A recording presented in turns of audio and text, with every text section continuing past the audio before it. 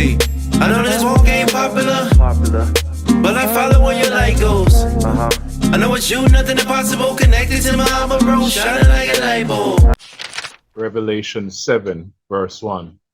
And after these things I saw 4 messengers standing on the 4 corners of the earth, holding the 4 winds of the earth, that the wind should not blow on the earth, nor on the sea, nor on any tree. And I saw another messenger ascending from the east, having the seal of the living Yah, and he cried with a loud voice to the 4 messengers, to whom it was given to hurt the earth and the sea, saying, hurt not the earth, neither the sea, nor the trees, till we have sealed the servants of our Yah in their foreheads. And I heard the number of them which were sealed, and there were sealed 144,000 of all the tribes of the children of Yasharal. Barak Yahuwah, Rumamu Yahuwah, who are the 144,000. Barak Yahuwah. Shabbat Shalom, beloved family. All esteem to Abba Yahuwah.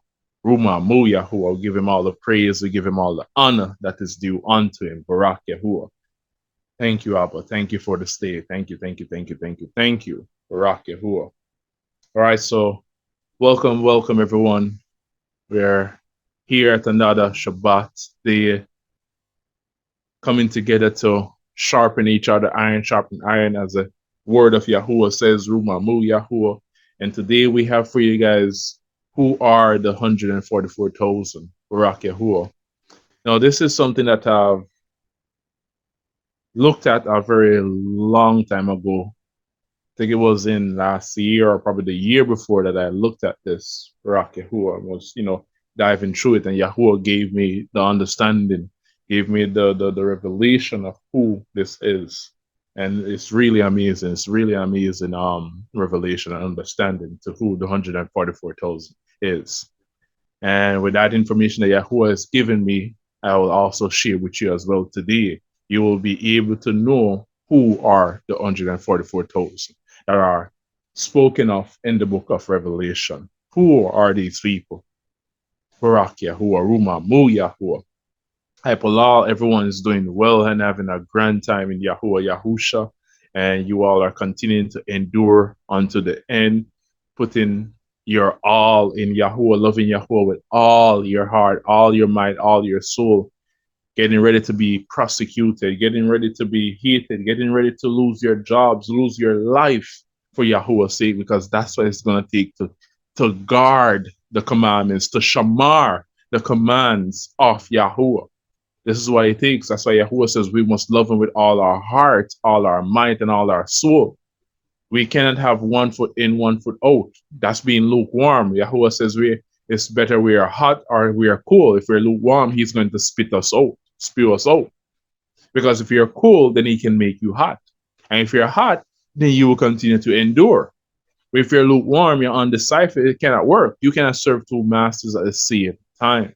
Barak Yahuwah.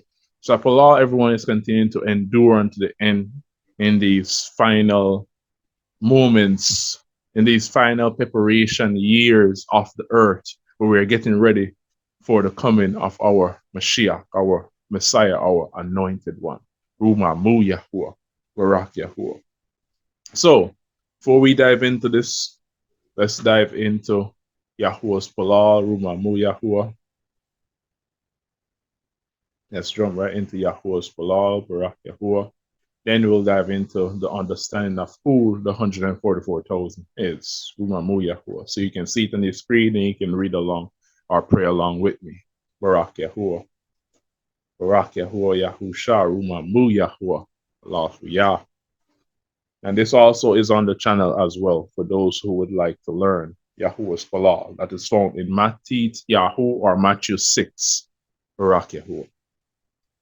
Now it starts out and read, Abinu Ba Shamayim, Kadashki Shamka, Malakutka Bua, Ya Ra'uka Asha, Al Aratskan Bashamayim, Natan Lanu Hayum At Laham, Bahazarak, Usalah lanu, la hatenu, ki lanu salah utam, la ata income, quara lanu, uparat lanu, la taha, u yasha lanu, ma rasha, la malakutka, shulat, haka u hakabad, bahasham al kal shamut, Yahuwah Yahusha, aman, Allahu Yah, Rak Yahuwah.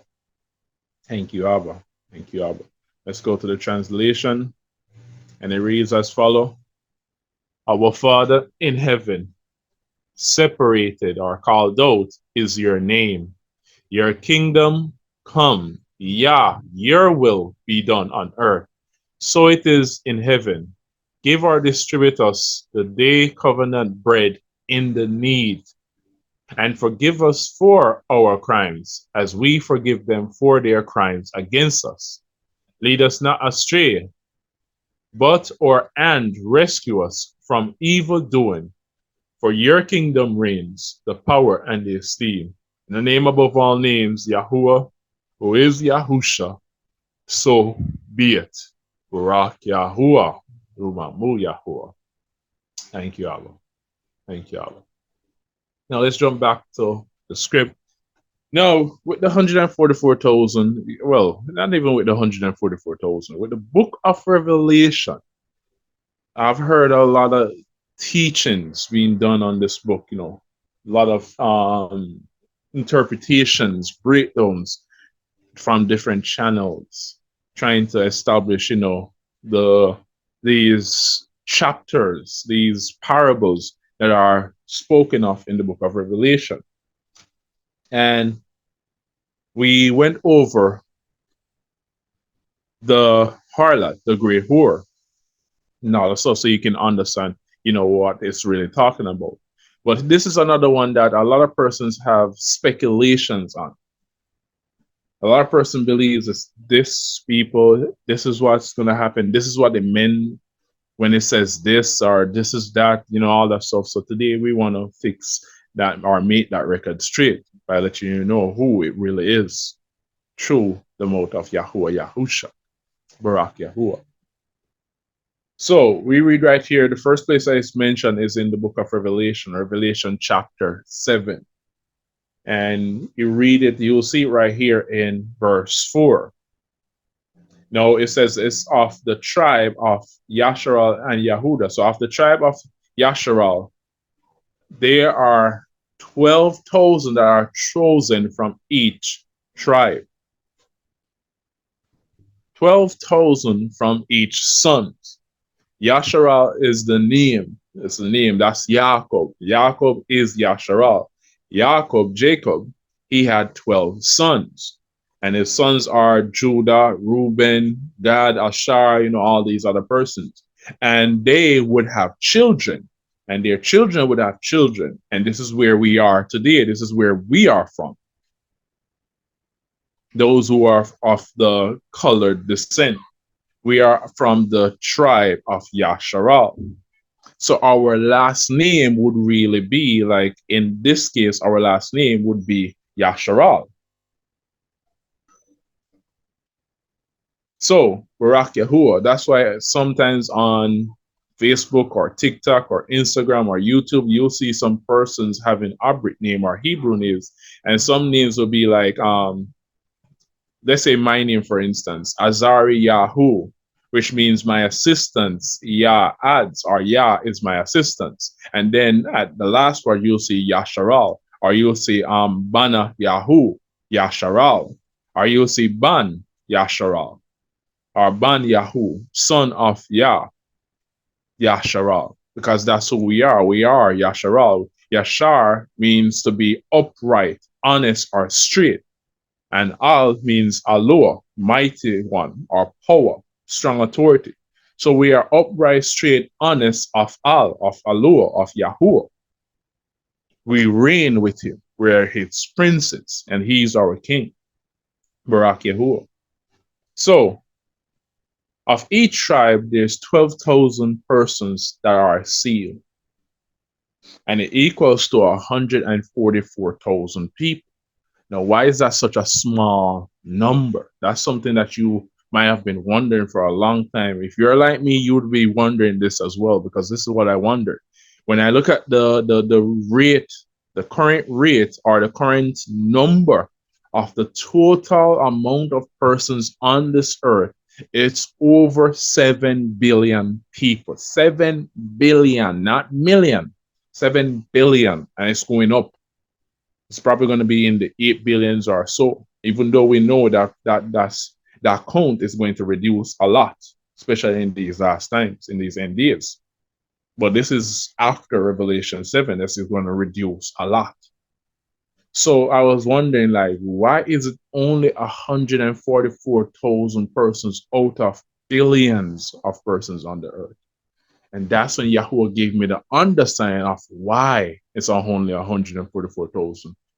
What is the requirements for them to be the 144,000?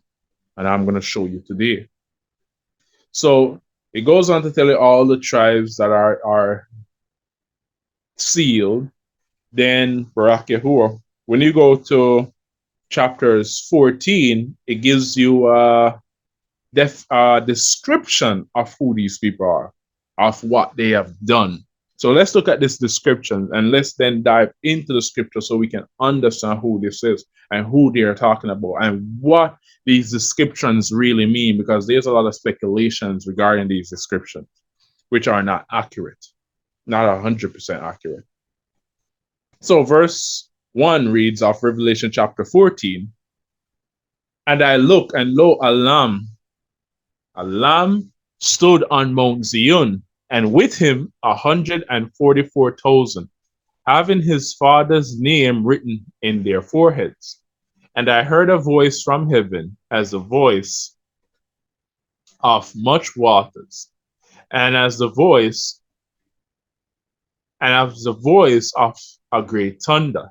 And I heard the voice of harpers harping with their harps, and they sung as it were a new song before the throne and before the four living creatures and the elders, and no man could learn that song but the 144,000 which were redeemed from the earth. Now listen to verse 4. It gives you a description of what they did, who they are, their characteristics.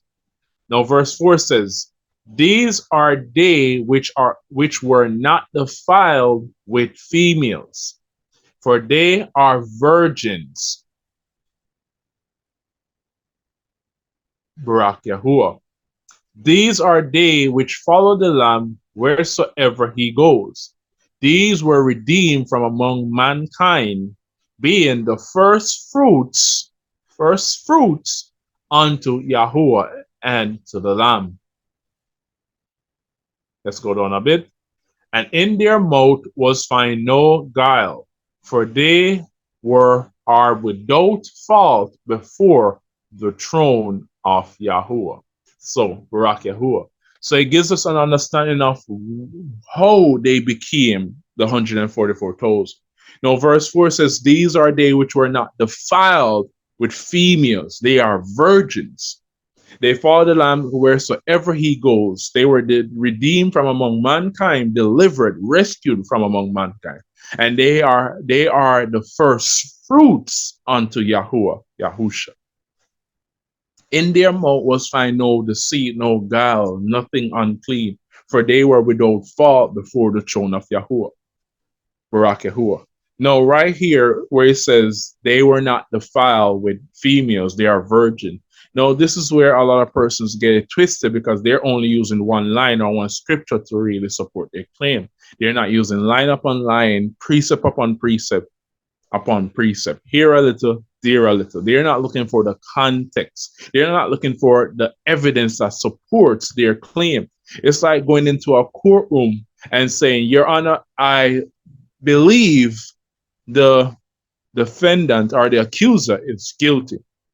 And what proof do you have that he's guilty? Because he was there the night of the crime, so he's guilty. I mean, because he's there, that means he's guilty. He's probably the one that called 911. So how can you prove that he is the one that committed the murder? You need evidence to back your claim. Or else it will just be a speculation. The court will just rule it as a speculation. You need evidence. It's the same thing with reading Yahuwah's words. When you're listening to these teachers, they need to prove their claims with scriptures, not one scripture or two scriptures, scriptures, context, line upon line upon line, precept upon precept upon precept. That's what they need to prove their claims with. So, most believe this is talking about actual physical sex. They believe that these 144,000 are only males because it says they were not defiled with females. They are virgin. So I've heard speculations. I've heard teachings on YouTube that believe this, that the 144,000 are only males. There's no female within this number. Nowhere in here does it says they are only males. Not because it says they were not defiled with females. They are virgin. I mean, don't you think that females lay with females? I mean, look at what happened in the book of Sodom and with Sodom and Gomorrah during Lot's days. Look at what happened in Noah's days. Look at what is happening today. Look at what is happening today. Do you really think that that's the case? And it never said that they were only males. It never said that. So you're adding to the scriptures. So you need to break this down with the Ruach Hadash. You need to ask Yahuwah for the interpretation and stop using your feeble mind. And that's what people are doing today. They're relying on their flesh, trusting Yahuwah with all your heart. Lean not to your own understanding. And that's where people are going wrong. Now listen to the next verse.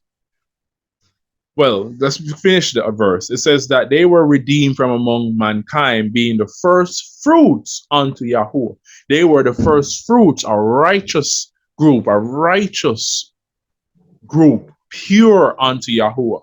How do we know that they are pure? Verse 5 tells us, in their mouth was find no guile, for they are without fault.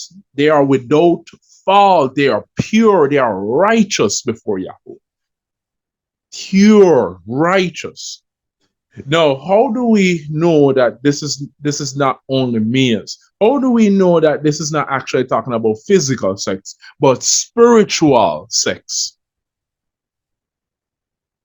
Let's continue in this book. Let's jump to chapter 17. Now, chapter 17, verse 1 reads, and there came one of the 7 messengers which had the 7 vials, and talked with me, saying unto me, come here, I will show unto you the judgment of the great whore that sits upon much waters, with whom the kings of the earth have committed fornication, and the inhabitants of the earth have been made drunk with the wine of her fornication. So he carried me away in the rue into the wilderness, and I saw a woman sit on a scarlet-colored beast full of names of blasphemy, having 7 heads and 10 horns. And the woman was arrayed in purple and scarlet color, and decked with gold and precious stones and pearls, having a golden cup in her hand full of abominations and filthiness of her fornication. And upon her forehead was a name written, Mystery Babel the Great, the mother of harlots and abominations of the earth.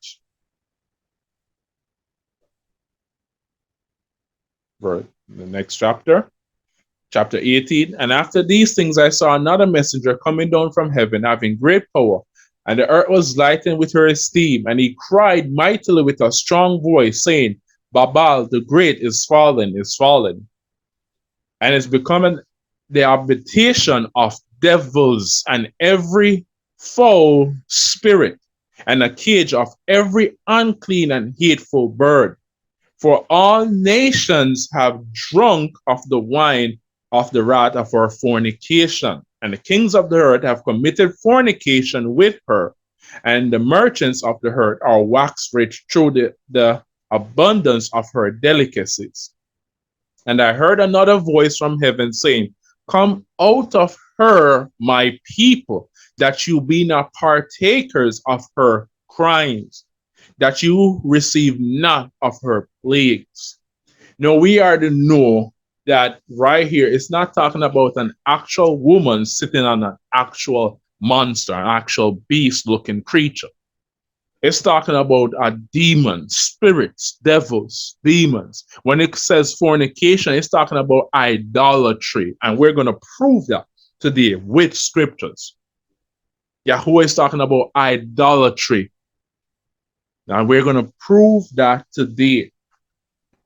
No, it could never be that Yahweh is saying right here, the 144,000 are physical virgins. It can be that some are, some in this category can be. But is Yahweh saying that marriage is defiled? Marriage is not clean, is not honorable? No, it could never be that what Yahweh is saying. So this is not talking about actual sex. And now let's prove it. Let's jump to the book of Hebrew. Hebrew chapter 13, verse 4, out of the mouth of Yah. Listen to what Yah says through the apostle Paul. Now, verse 4 says, marriage is honorable in all, and the bed is undefiled. But whoremongers and breakers of wedlock, Yahuwah will judge. Now, what is he talking about? Breakers of wedlock. What is he talking about? Which wedlock? Is he just talking about the physical marriage, wedlock marriage? Now I'm going to show you more. I'm going to show you more. Rumamu Yahuwah. Remember, these are they that are not defiled. Were we defiled? Let's find out. Let's jump to one of the prophets. Let's go to the book of Husha or Isaiah. Barak Yahuwah. Here it is. Husha. And we have some reading to do in the book of Husha 6, and then we'll go to 4. Then we'll go to Yashayahu, which is Isaiah. So Husha 6, verse 10, and let's read what verse 10 says. No, it says, by Yahuwah, I have seen a horrible thing in the house of Yasharal.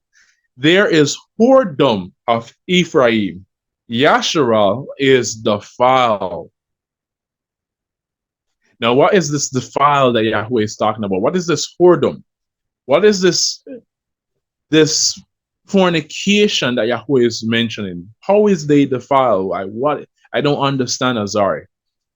Why are you trying to tie? Let's jump to chapter 4. Let's go back. Let's read chapter 4. Rumamu Yahuwah. Now in chapter 4 it reads, hear the word of Yahuwah, you children of Yasharal. For Yahuwah has a controversy with the inhabitants of the land, because there is no truth, nor mercy, nor knowledge of Yahuwah in the land. By swearing and lying and killing and stealing and breaking wedlock, they break oath, and blood touches blood. Blood touches blood. Therefore shall the land mourn, and everyone that dwells therein shall languish with the beasts of the field and with the foes of heaven. Yea, the fishes of the sea shall also be taken away. Yet let no man strive nor reprove another. For your people are as they that strive with the priests. Therefore shall you fall in the day, and the prophet also shall fall with you in the night, or daylight. And I will destroy your mother. My people are destroyed for lack of knowledge. Because you have rejected knowledge, I will also reject you, that you shall be no priest to me, seeing you have forgotten the Torah of your Alua. I will also forget your children. As they were increased, so they committed crimes against me. Therefore will I change their honor into shame, They eat up the crimes of my people. They place their hearts on the Torahlessness. There shall be like people, like priests, and I will punish them for their ways and reward them for their doings. For they shall eat and not have enough. They shall commit whoredom and shall not increase, because they have left off to take heed to Yahuwah. Whoredom and wine and new wine take away the heart.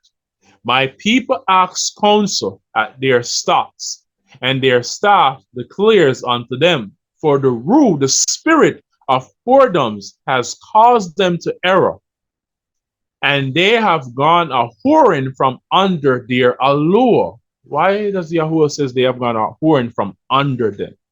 Who is Yasharal to Yahuwah? I'm going to show you as well who Yasharal is, who we are to Yahuwah. They sacrifice upon the tops of the mountains and burn incense upon the hills under oaks and poplars and elams, because the shadow thereof is right. Therefore, your daughters shall commit whoredom, and your spouses shall break wedlock.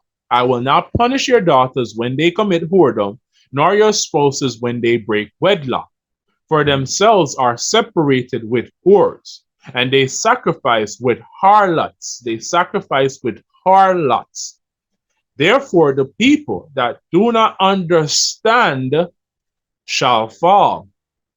Though you, Yasharal, play the harlot, yet let not Yahudah offend, and come not ye unto Gilgal, neither go ye up to Bet Haven, nor swear Yahuwah lives. For Yasharal slides back as a backsliding heifer. No, Yahuwah will feed them as a lamb in a large place. Ephraim is joined to idols. Let him alone. Their drink is sour. They have committed whoredom continually. Her rulers with shame do love. Give ye. The wind has borne her up in her wings, and they shall be ashamed because of their sacrifices. So we see that Yasharal is defiled. Why? Because of whoredom. Now, what is this whoredom that Yahweh is speaking of? We're not finished yet, but I'm going to show you. The whoredom that Yahweh is speaking of is idolatry. Yahweh is talking about idolatry. He's not talking about actual physical sex. He's talking about actual spiritual sex with idols, with demons. So it was in the days of Noah, so shall it be in the end. Remember, in the days of Noah, we saw where they laid with the watchers. That was a physical happening and a spiritual one as well. Now, are there watchers today? Nephilims today? Yes, they are, but they are spiritual. They're trying to inhabit the bodies of those who are physical. So, yes, people are still having sex with watchers or their offspring, their watchers and their offspring through what? Spiritual sex, demons. So it's not physical as it was in the days of Noah. Today is spiritual. It's more spiritual than it is physical. It's still a little bit physical, but it's more spiritual. Back in Noah's days, it was more physical than spiritual, but today it's more spiritual than physical. Do you see how things have changed? Barak Yahuwah. So he is talking about not being defiled by sacrificing unto idols. That's what the 144,000 have not done. They have not sacrificed, worship any other mighty one but Yahuwah. That's why it says in their mouth is find no guile. They are without fault. This will be our group that will be raised in Yahuwah, Yahusha. They have never been to an assembly, a CH. When I say an assembly, I'm talking a religious one. They have never been in religion. They have never been in New Age. They have never been in any form of wickedness, witchcraft, or any of that stuff. Never celebrated birthdays, never celebrated Halloween, Xmas, none of those pagan false traditions and feast days. They are raised. This is a group, a generation, a group of people that will be raised by their parents in the Torah of Yahuwah. What does the Shama says? And you shall teach it diligently unto your children. So the 144,000 will be a group of people that will be raised 100% pure in Yahuwah. This group will be a group of people that are not defiled by demons, not have been defiled by the devil. That's why it will only be such a limited few. That's why it will only be 144,000. A lot are called, but only few are chosen. Because today we're living in a life where people are in the truth, but are they really bringing their children in Yahuwah the right way, 100% pure? Not everyone is doing this today. Why? Because they are not living that right example. They are not living in a life that is truly pleasing unto Yahuwah. We see people today still celebrating pagan feast days, Halloween, Xmas, birthdays, and all these nonsense. We see some today having one foot in, one foot out. So what do you think is going to happen to their children? They're going to do the same. They're going to live the same lifestyle. It's easy to break Yahuwah's commands today. It's easy to be defiled. But this generation is going to be one of a pure heart. And this is why they'll be first fruits unto Yahuwah. They have never been given unto idols. Were we defiled? Yes, we were. We were in religion. We prayed unto JC or any other name that was used at the time, or we were in New Age, or we were in some kind of wickedness. We were defiled. So that's why we cannot be the 144,000. And if we were not, then it would be a lot more than 144,000. But because there will only be such a few amount of persons that will raise their children this way, that's why it will be such a small number out of billions of persons. Because a lot are called, few are chosen. Broad is the road that leads to destruction, and there's a lot that is on that road. Straight and narrow is the road that leads to eternal life, and only few find it. Only few. It's easy to go against Yahuwah's commandments. It's easy, and our flesh loves the easy way out. That's what our flesh loves. Our flesh doesn't like correction. And today we are living in a time where a lot of persons who say they are in Yahuwah, they can't stand correction. They push it aside because they are allowing their flesh to lead them. So this is why it will only be 144,000, because only a few today will be willing to go all the way for Yahuwah and will make sure their children will not be defiled as they were.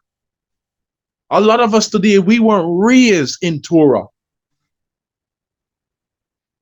We weren't raised in Torah. We were raised in lies, in deception, in deceit.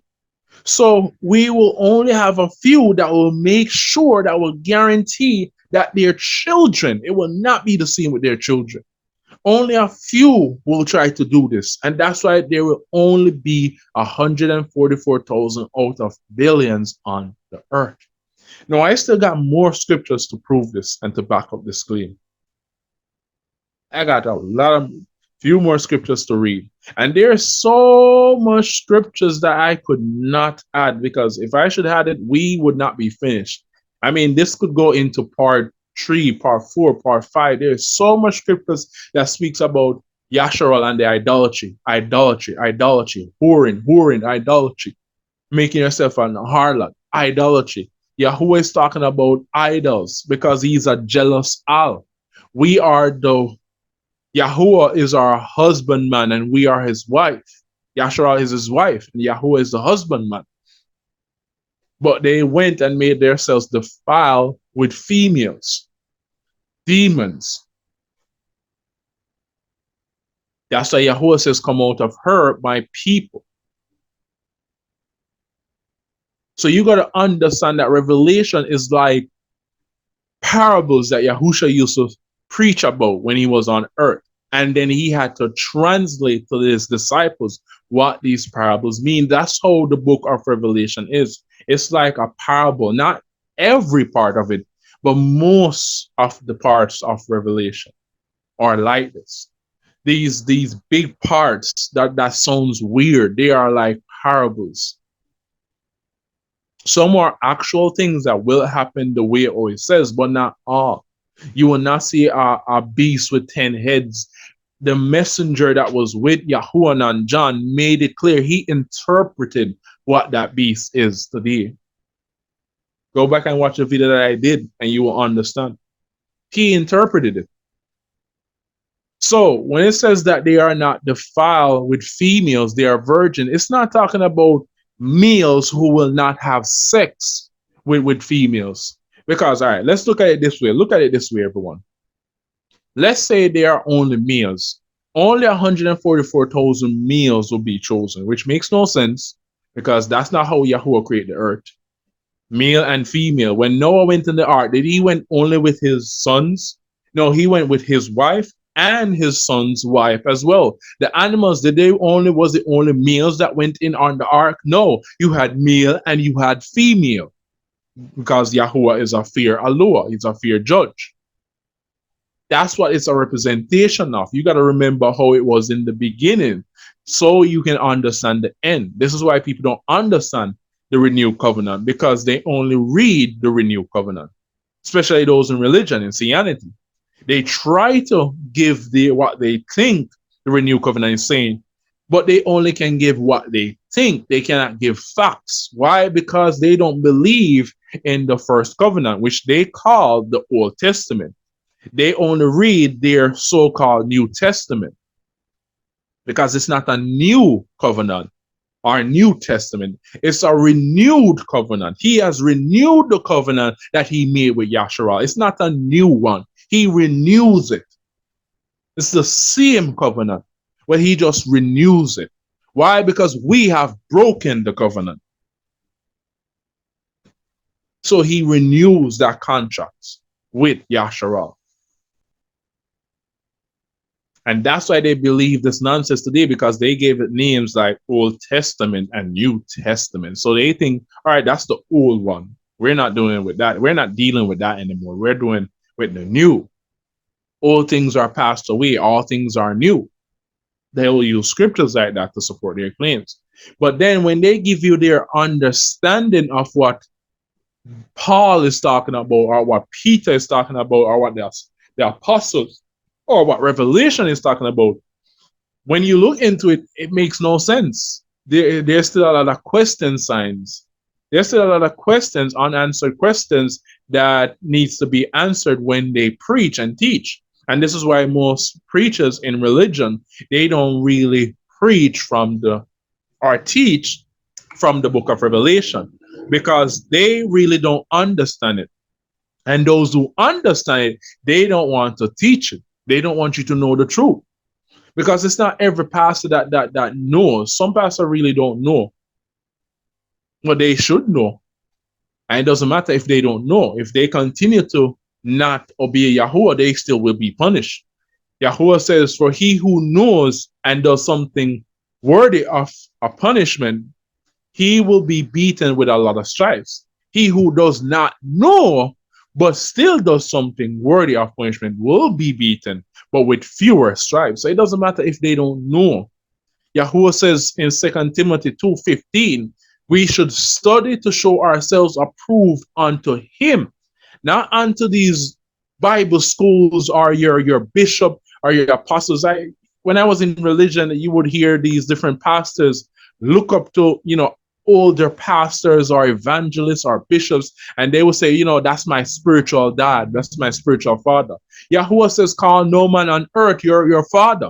He's not talking about your actual father, your blood father, but your spiritual father. Why? Because you only have one spiritual father, which is Yahuwah. So calling a man, an earthly man, your spiritual father, you are basically calling him your mighty one, your idol.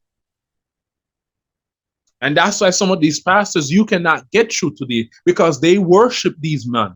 They worship their leaders, their bishops, their apostles, their teachers, their preachers. When you talk to people, especially from religion, that don't know the scriptures, and you can tell they don't know, how do we know? This is their response. When you say certain things to them, their response will be like, well, my pastor said, or my bishop said. That's all you know. They're telling you what they're not what search, not what.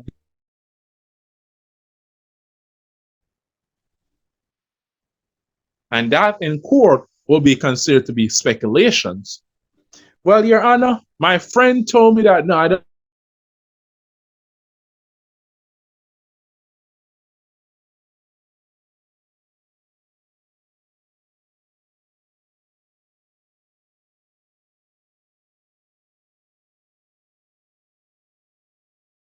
Go watch court cases and you'll see this for yourself.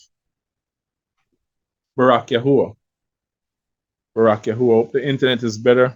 Just realize that it says unstable connection. We got some weathers here in the Caribbean, so bear with us, Barak Yahuwah. So as I was saying, there is no courtroom that will allow speculations. Now, why do you think Yahuwah will allow it as well? Why do you think Yahuwah said, study to show yourself approved unto him and not approved unto your leader? Cursed is the man who puts his trust in man. Your trust must be in Yahuwah. Cursed is the man who makes man his trust. So, we have read about this in Husha. Now let's go to Isaiah, Yashayahu as well, where we'll find this, where Yahuwah condemns the idolatry of Yasharal. Isaiah 57, Rak Yahuwah. Now it reads, the righteous perish, and no man lays it to heart, and merciful meals or mankind, people are taken away. None considering that the righteous is taken away from the evil to come. The righteous is taken away from the evil to come. That's why people were redeemed, rescued. That's why some people, Yahuwah puts them to sleep. He's protecting his seed from the evil to come, the wickedness to come. That's why even with the king Hezekiah, where Yahuwah sent his messenger, his prophet, to let him know, I'm going to put you to sleep, but he asked for more time, and he regretted the time that he asked for. You will see this today, Mashbaka. When Yahuwah puts your loved one in the truth to sleep, Yahuwah is protecting that person from the evil to come. Because Yahuwah will not give us more than we can bear. Some of us, we can bear some of the evils to come, but some of our loved ones cannot bear it because probably they are too compassionate or whatever the case might be. Yahuwah knows their heart. If Yahuwah sees that they will be too compassionate towards evil, and because of this they will be defiled, Yahuwah will take them out of the way. So this is why we rejoice when these things happen. Because Yahuwah is showing us that he is keeping his word, his promises with us. Where are they? They're in the bosom of Abraham, so they are safe. Now we need to work hard to make sure that we end up in the same place.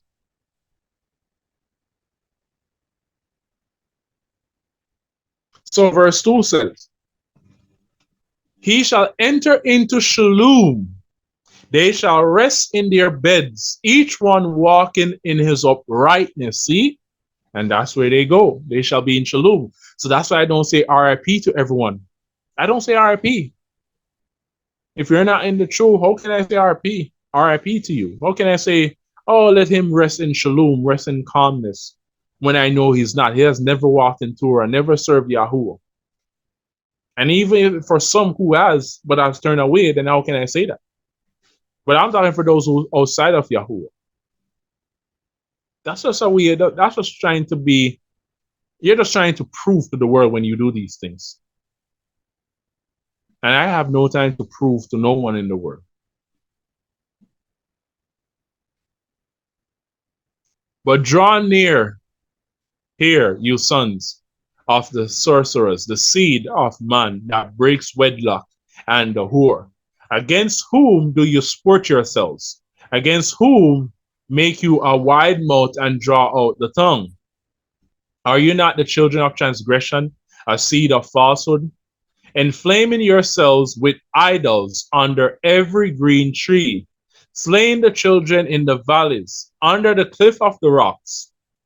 Among the smooth stones of the stream is your portion. They are your lot.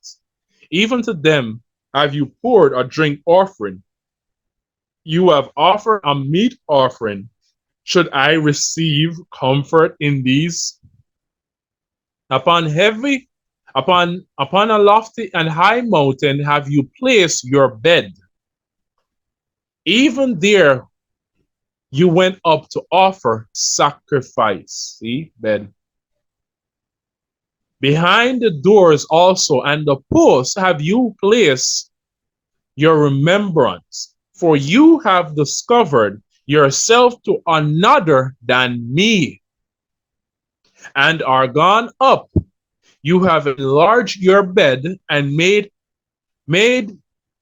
you a covenant with them. You love their bed where you saw it. Now, is Yahuwah talking about physical sex? Is this chapter talking about physical sex? No, it's not. It's talking about idols, idolatry. Let's continue. You went to the king with ointments and did increase your perfumes, and did send your messengers far off, and did debase yourself even unto Shaul. You are wearied in the greatness of your way. Yet said you, there is no assurance. You have found the life of your hand. Therefore you were not grieved.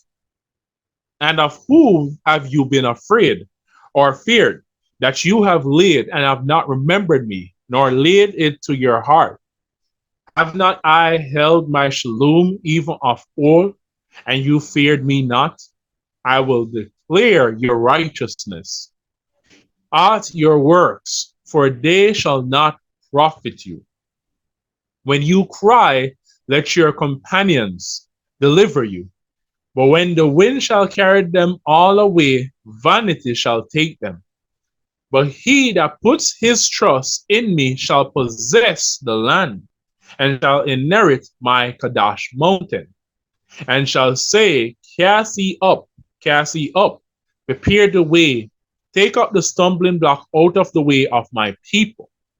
For thus says the high and lofty one that inhabits in eternity, whose name is Kadash, separated, called out.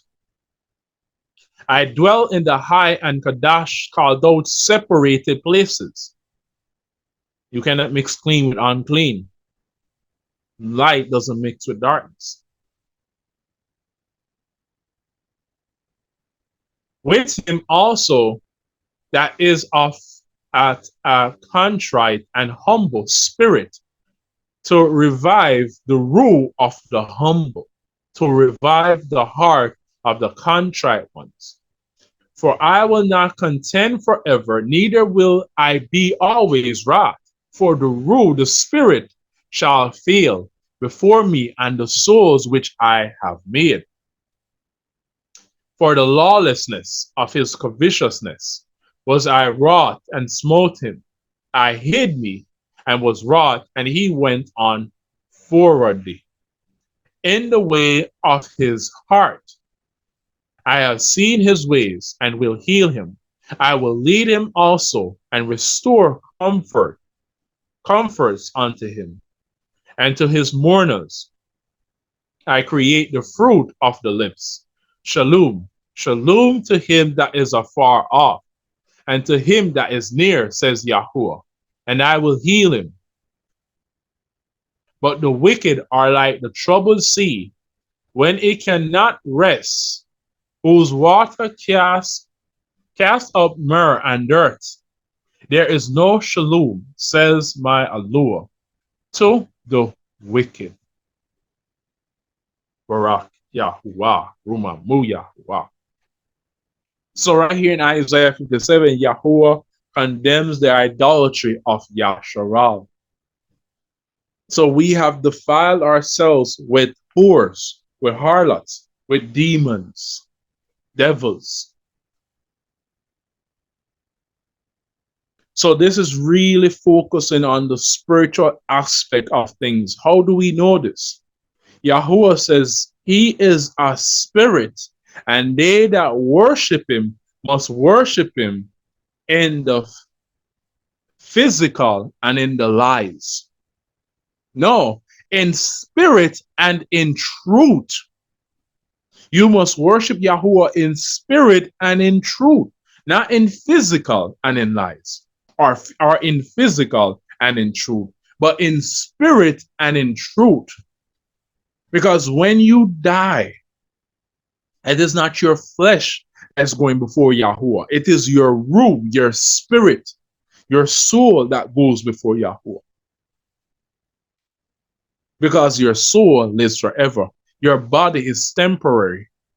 Your soul is everlasting. So, Yahuwah condemns the idolatry of Yasharal.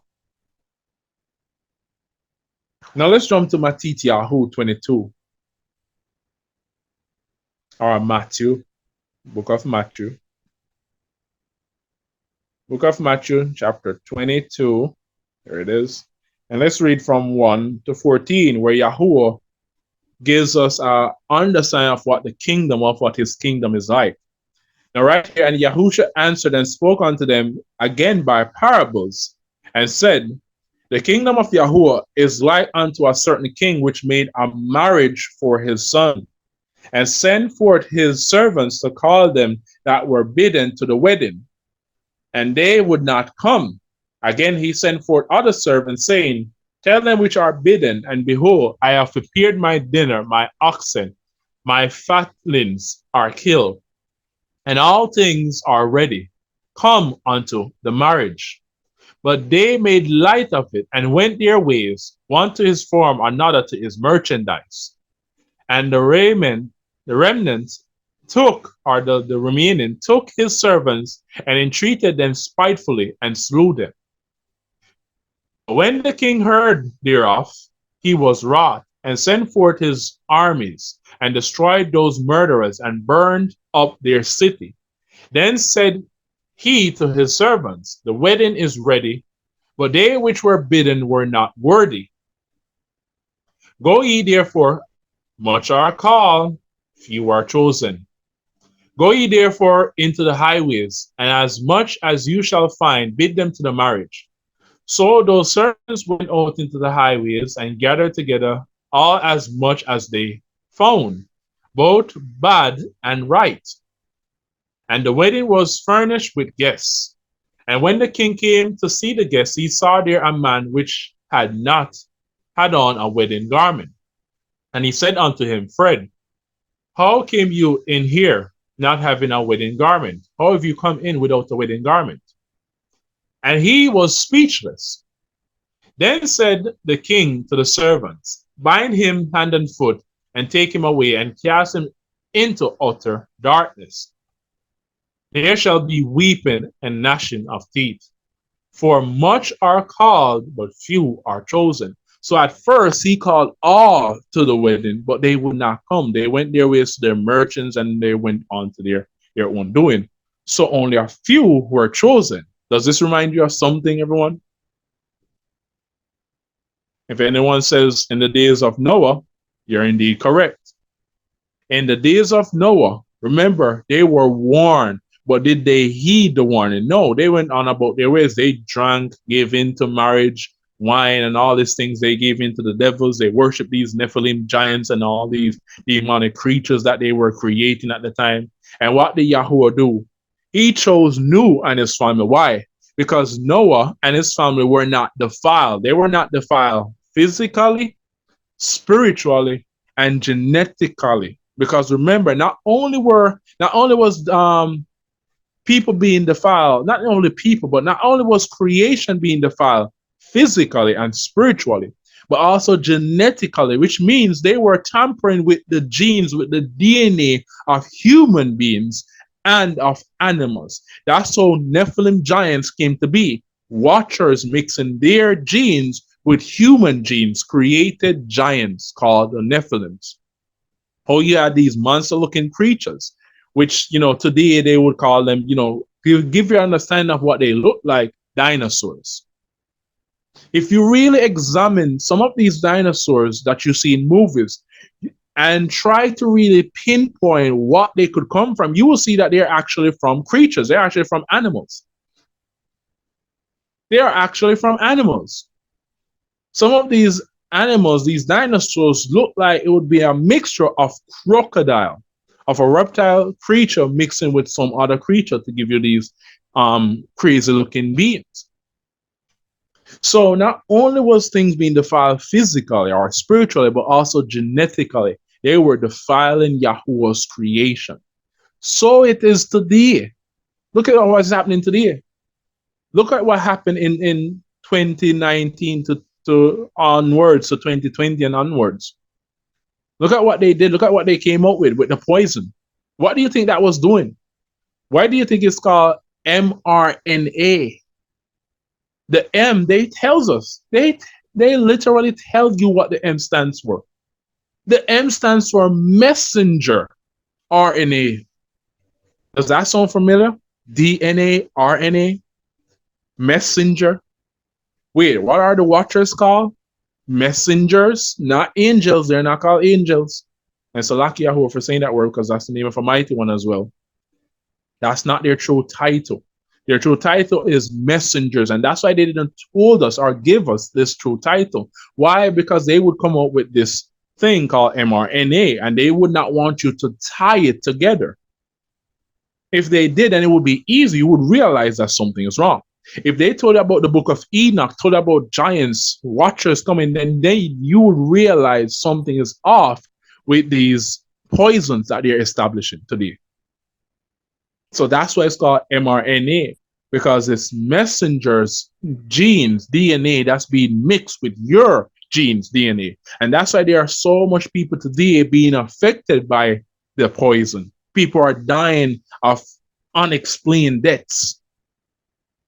People who have no form of cancer or heart problems are suddenly having heart attacks, heart problems, cancer, and all these nonsense. Why? Because the immune system, the body, is warring. Some do not die because they're mixed perfectly. And that's why you see the world even getting more colder today, more heartless today. You got to understand these things. In order for you to understand what's happening now, you have to understand what happened then. And that's where people are going wrong, especially religion. And this is one of the main reasons why I left religion. They do not understand what's going on because they threw away half of the scriptures, which is called the first covenant. And because of that, all they can do is assume this is what Yahushua is saying, this is what John is saying, this is what Paul is saying, this is what Peter is saying, this is what Revelation is saying. All they have are assumptions. And that's why most of the times these messages and these preachings don't make sense. Most of the time they don't even really preach like how I'm doing. I'm reading from the scriptures, giving you a lot of scriptures for you to go through. Most of the time they just read from one scripture. They'll go to Matthew 10 or they'll go to Matthew 22, or they'll go to Matthew 25 about the 10 virgins. Carry your oil, I say. And that's it. They just basically tell you that we're preaching from Matthew 10 with the 10 virgins, and that's it. They start to preach it. They give you no other scriptures to support this or anything else. And they mostly stick in the renewed covenant. They don't go to the first covenant to tie it, to explain to you what does this mean.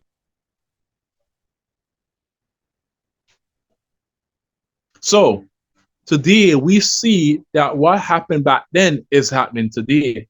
How do we know this? Because we read it. And Yahusha said it out of his own mouth. Yahusha said this in the book of Matthew.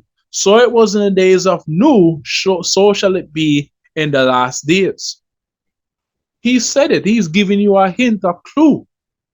If you don't know what happened in the days of Noah, then you need to go there and read it. Then when you go there and read what happened in the days of Noah, read the book of Enoch as well. Then you will understand what they're trying to do in these last days. Why they came out with that poison trying to put within your body. They're trying to not only defile you spiritually and physically, but they're also trying to defile you genetically. Trying to tamper with your DNA. Why? Because Yah's name is within our DNA. Yah is within our DNA. So Hashatan is trying to defile your DNA because he wants you to be of his creation. He cannot create man, but he's trying to hijack Yah's creation and make it his own because he cannot create man. So he's trying to hijack Yah's creation because he wants to be like Yah. He wants to be Yah. It's just like that movie, The Matrix. What was the goal of Agent Smith? He wanted to consume, to multiply himself in all of the Matrix. And in the last part of the Matrix with the fight with Neo, that is exactly what took place. Agent Smith multiplied himself into every person in the Matrix. That's what Hashatan is trying to do today. He's trying to multiply himself, place himself in the seat, in the throne of Yahuwah, in the house, in the tabernacle of Yahuwah. Where is the tabernacle of Yahuwah? We already know that we are the tabernacle, the temple of Yahuwah. And Yah should be sitting in our throne. What is the throne of Yah? Where is the throne? Our hearts, our minds. Yah should be sitting in our hearts, in our temple, on our throne. But Hashatan is trying to sit there. So he's trying to defile you spiritually, physically, and genetically. So right here, Yahuwah established the kingdom, his kingdom like unto a marriage. Why? Because Yah is our husband. If you already know about the 10 virgins, 5 were wise, 5 were foolish. See, again, only a limited amount are chosen. 10 virgins were called onto the wedding, but only 5 entered. Because only 5 kept themselves from being defiled. Only 5 were wise. Now let's go back to another prophet, where it shows that Yasharal is guilty of idolatry, of adultery. But that adultery is not talking about a physical adultery, but a spiritual adultery. Now, how have Yasharal committed adultery? If it's not physical, then it's spiritual. Then what are you saying? Are we married to Yahuwah? Exactly. Let's jump to Yahu, Jeremiah chapter 3. Now listen to this, everyone, so you can understand a lot more.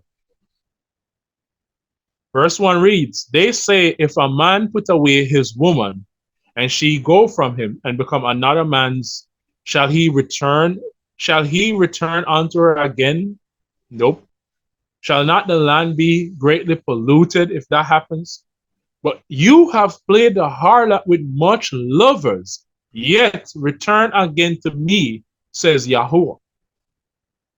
So even though we have played the harlot with much lovers, Yahuwah is saying, come unto me, return unto me.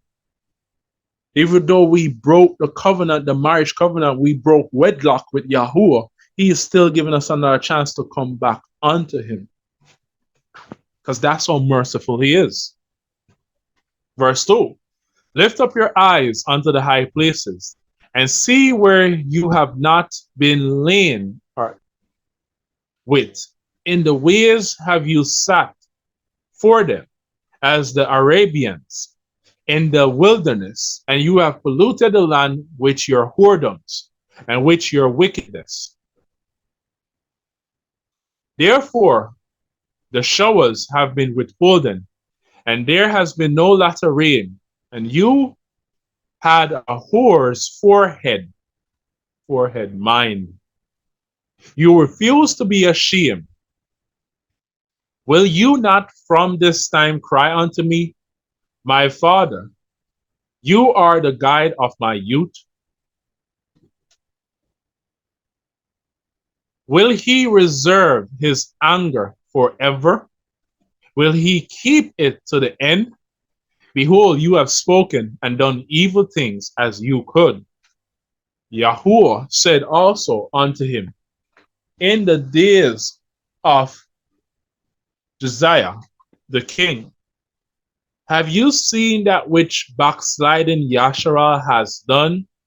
She has gone up upon every high mountain, under every green tree, and there has played the harlot. Barak Yahuwah. And I said, after she had done all these things, turn ye unto me. But she returned not. And her treacherous sister Yahudah saw it. And I say, when for all the cause whereby backsliding Yasharah broke wedlock, he's not talking about physical wedlock, spiritual wedlock with him, because he's our husband. I had put her away and given her a sefer, a writing of divorce. Yet her treacherous sister Yahudah feared not, but went and played the harlot also. And it came to pass, through the lightness of her whoredom, that she defiled the land, and broke wedlock with stones, and with stocks, stones, idols. And yet for all this, her treacherous sister Yahudah has not turned unto me with her whole heart, but vainly, says Yahuwah. And Yahuwah said unto me, the backsliding Yasharal has rightly judged herself, has tried to judge herself more than her treacherous sister Yahudah. Go and proclaim these words toward the north, and say, return, you backsliding Yasharal, or Shuv, turn back, says Yahuwah. And I will not cause my anger to fall upon you, for I am merciful, says Yahuwah. I will not keep anger forever. Only acknowledge your Torahlessness, that you have transgressed against Yahuwah Alaheka, your mighty one, and have scattered your ways to the strangers under every green tree, and you have not obeyed my voice, says Yahuwah. Turn or shuv, O backsliding children, says Yahuwah, for I am married unto you, and I will take you, one of a city and two of a family, and I will bring you to Zion, Mount Zion. Now, where was 144,000, everyone? They were on Mount Zion. They were on where? Mount Zion. The 144,000 were on Mount Zion. This is a future prophecy that he's speaking about, and this must come to pass. And we read this where? In Matthew 25, about the 10 virgins. Only 5 were wise, and the 5 was allowed into the wedding. And the husbandman has come. Now, in chapter 14, the husbandman was with the 144,000, but only 144,000. Do you see how Matthew 25 ties in with Revelation chapter 14, and Jeremiah 3 verse 14 ties in as well? Do you see? You got to understand this line upon line, precept upon precept upon precept, here a little, there a little. Here you have some of the evidence, here you have some of the facts, here you have some of the facts, And then collectively, you have the whole understanding of what he's saying. It's scattered all over. The facts are scattered all over. They're not just in one chapter or one book. The facts are all over. And this is where I see people not doing today. Those who are so-called in Yahuwah, teaching the things of Yahuwah. They are not showing you facts. Why? Because they want to establish their own ways. They want to bring about their own motives for their purpose or for Hashatan's esteem and honor. And then the ones who are really trying, they just need to dig a little deeper, research, study, spend more time in Yahuwah. Take some time away from these teachings, from these YouTubes and all these things, and spend some time with Yahuwah. Before this, disciples became taught ones. Not taught ones, sent ones rather. Because Talmudim is their Abrit name. Talmudim means taught ones. Before they came, Shalakim rather. Shalakim means sent ones. They were Talmudim, taught ones. So before they were sent to preach and teach, they had to be taught. If they are not taught, then how can they teach? And this is something that we need to understand with teachers today. Most are not taught by Yahuwah. So how could they be sent by Yahuwah if they're not taught by Yahuwah? Before I was sent to do this, to teach, to do these videos on YouTube, I was taught by Yahuwah. I had to step away from a lot of things. For 6 whole months, I dedicated myself unto Yahuwah and studied 6 straight whole months. No TV, no outside world activities and all that stuff. 6 straight whole months. And Yahuwah provided, Yahuwah taught, he nourished, he replenished, he filled me up. And then I continued after the 6 whole months into studies, going into a year before I even started to do any form of teaching.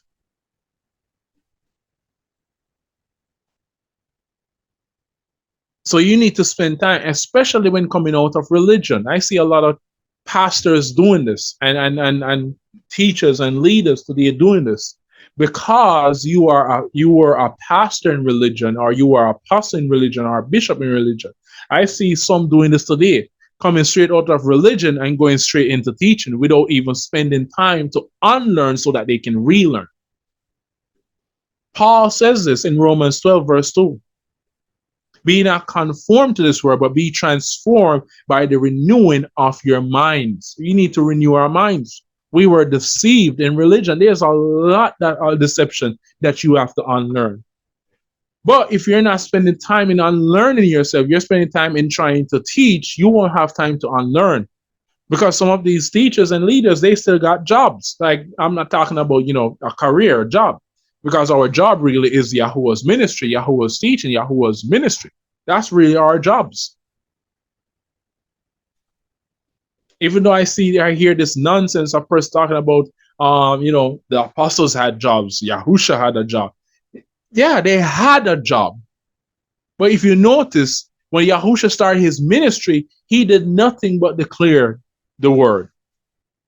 The apostles were called away from their jobs. Matthew was a tax collector. He was called away. Peter, Andrew, and the others were fishermen. They were called away. Paul was a tent maker. He was called away.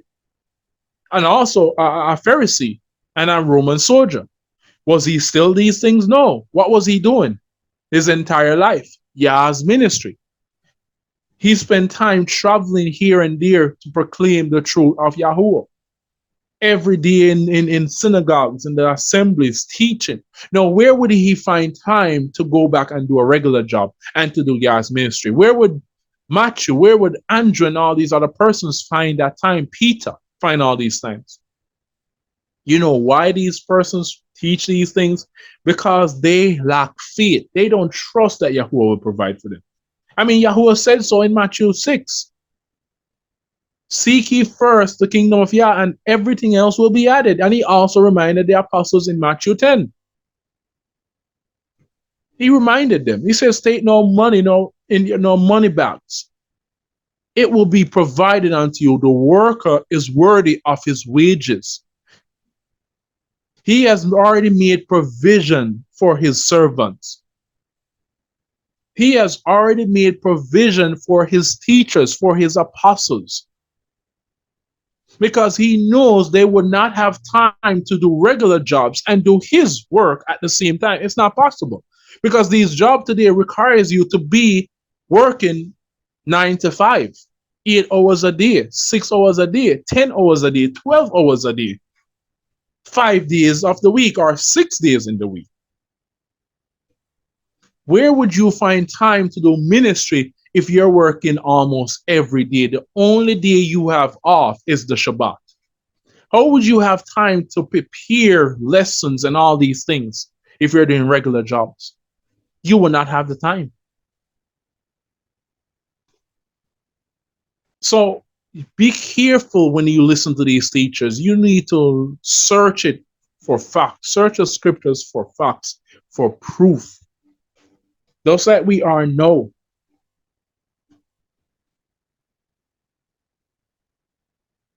So the 144,000 will be a generation, a group of people that will not be defiled.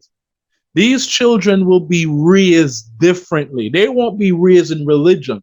They won't be raised in the things of the world. They won't be conformed to the world.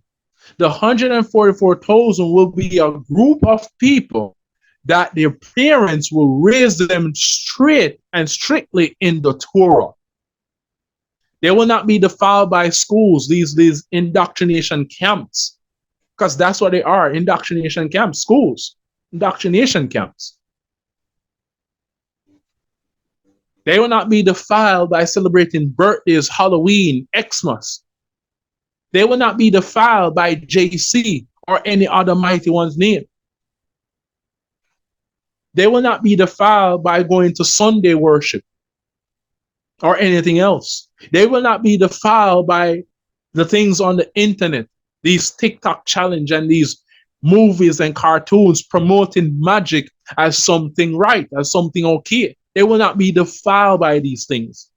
They will know right from wrong, and they will be in the right. They will be pure unto Yahuwah.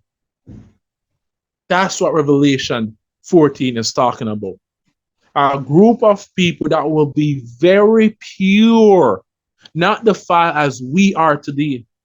But it will be our responsibility to raise the future generation as in this way. But only a few of us will do this. Because today we're already seeing that. We're already seeing people in the truth can hardly keep 2 foot in Yahuwah, can hardly keep 2 foot in the truth. So that's why it will only be 144,000 out of billions of people on the earth. Now, one final place that I want to read, another future prophecy that Yahuwah spoke of. Well, let's finish this chapter right here. Verse 15 says, and I will give you pastors or shepherds, not pastors. I will give you shepherds according to my heart, which shall feed you with knowledge and understanding. Do you hear that?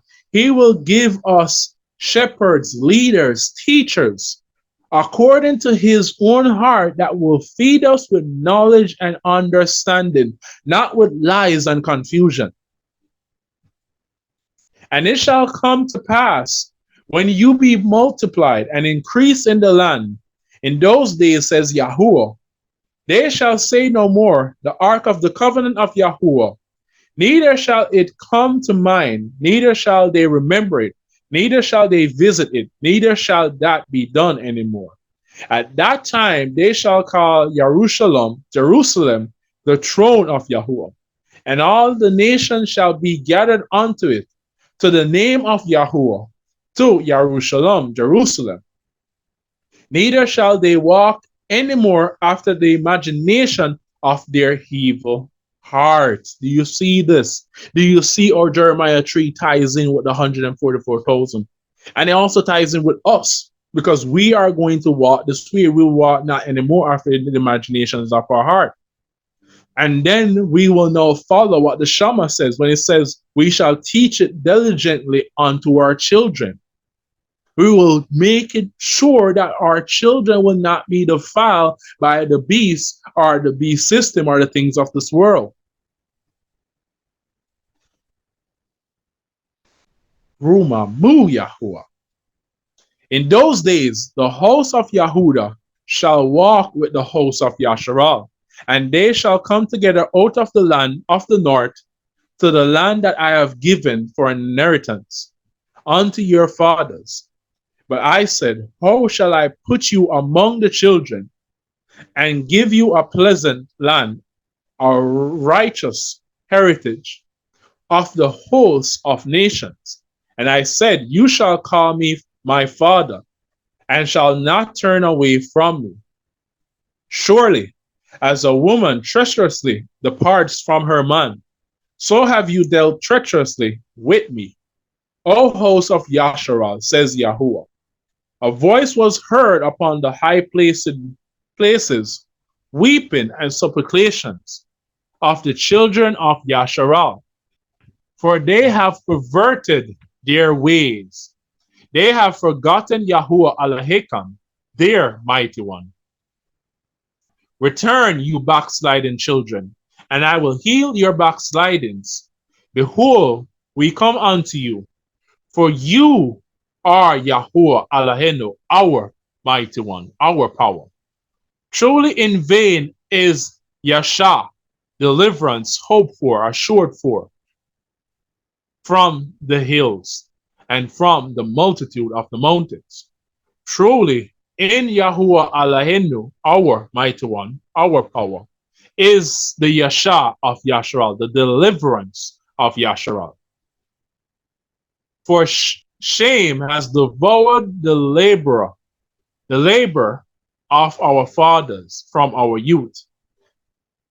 Their flocks and their herds, their sons and their daughters. We lie down in our shame, and our confusion cover us.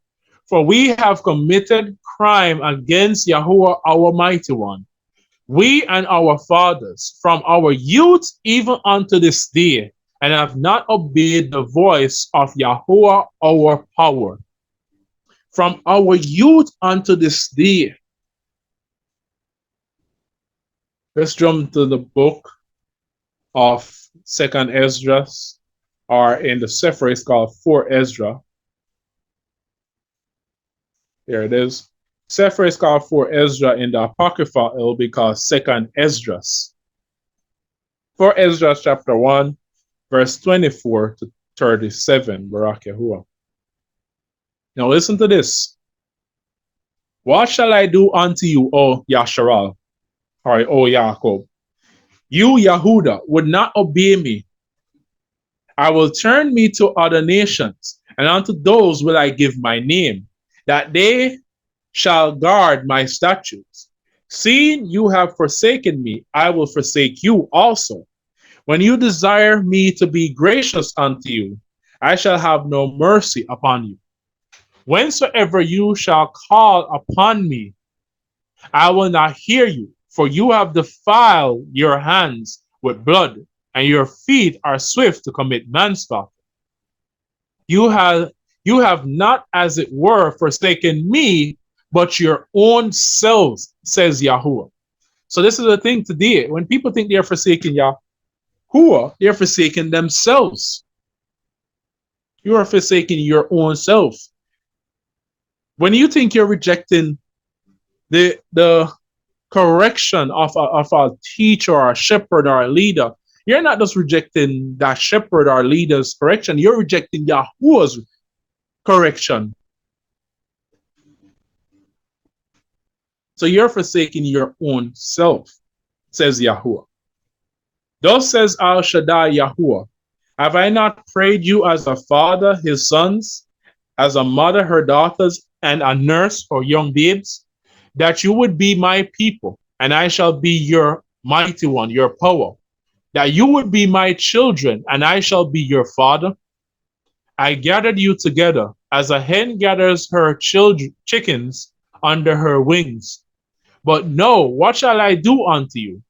I will cast you out from my face. When you offer unto me, I will turn my face from you. From your solemn feast days, from your new months, and your circumcision have I forsaken. I send unto you my servants, the prophets, whom you have taken and slain. And notice it says your solemn feast days, not his feast days, your feast days. Xmas, Halloween, birthdays, and all this nonsense that people are doing today. And not just people, but even persons in the truth. I have sent unto you my servants, the prophets, whom you have taken and slain, and torn their bodies into pieces, whose blood I will require of your hands, says Yahuwah. Thus says Al Shaddai Yahuwah. Your house is desolate. I will cast you out as the wind does stubble, and your children shall not be fruitful, for they have despised my commands, and done the thing that is evil before me. Your houses will I give to a people that shall come, which not having heard of me yet shall believe me, to whom I have showed no signs, yet they shall do the things that I command them. They have seen no prophets, yet they shall call their crimes to remembrance and acknowledge them. And acknowledge them. I take to witness the grace of the people to come, whose little ones rejoice in gladness. And though they have not seen me with bodily eyes, yet in the rule they believe the thing I say.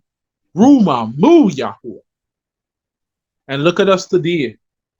We have never heard about Yahuwah. As I said, we weren't raised in Torah. We weren't raised in Yahuwah Yahusha. We weren't raised this way. We never heard of this name Yahuwah before. But here we are. We found about it and we believed it. And we trust and relied in Yahuwah. And here we are today with the truth. And our little ones will rejoice in gladness, because now our little ones will not be raised or we were. They will be raised knowing Yahuwah Yahusha. They will be raised knowing the Torah. They will be raised knowing the truth. Not knowing deception, not knowing lies, not knowing JC.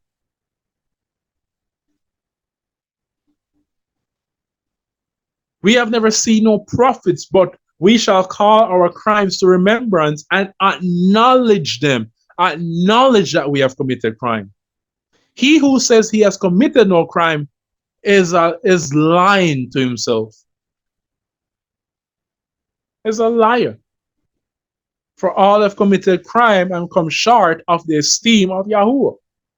But notice it says you will acknowledge them.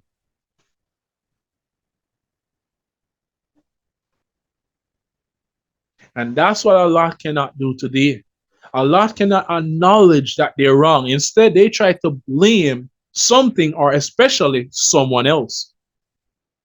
They try to blame their leader, shepherd, their brother, their sister, their mother, their father, their husband, their wife, their children. They try to blame even Yahuwah.